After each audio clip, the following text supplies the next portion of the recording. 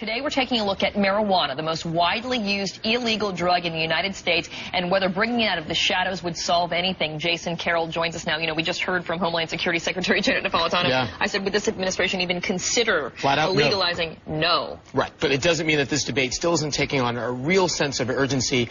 Mexico's Congress just finished a 3-day debate over whether or not to legalize marijuana.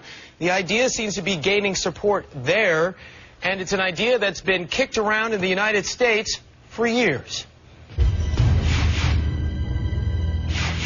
He does not want his face or name revealed. We'll call him Alex. He's 29, married, successfully working in the financial industry, and a regular marijuana user.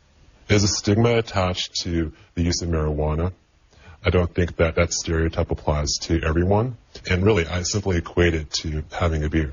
People like Alex are fueling the debate in America over legalizing marijuana. I think it's a personal choice. I don't think that the government should have the power to prohibit my use or criminalize my use of marijuana.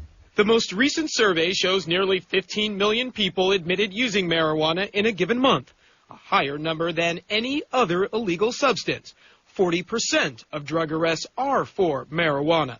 Advocates say legalization would ease the burden on law enforcement and help put cartels out of business. But some on the front line say cartels would just change the way they do business. They'd simply go back to methamphetamine or up their cocaine production or go back to their heroin production. Bob Stutman, a former drug enforcement agent, earned a reputation as one of the agency's highest profile drug busters.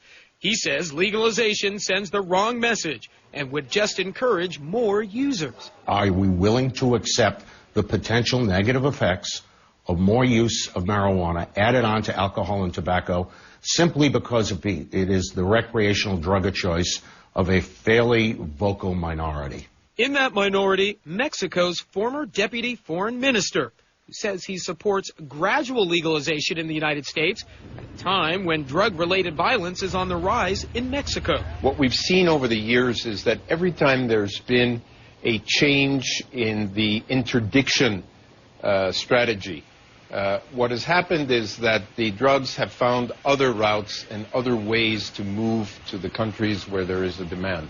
As the debate continues, so too does the use with recreational smokers like Alex, who has no plans to stop. You can't curb demand, so I think alternative solutions must be found.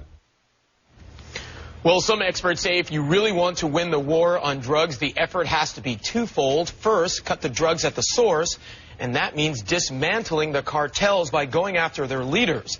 Second, invest in more prevention programs to teach people about the adverse effects of taking drugs.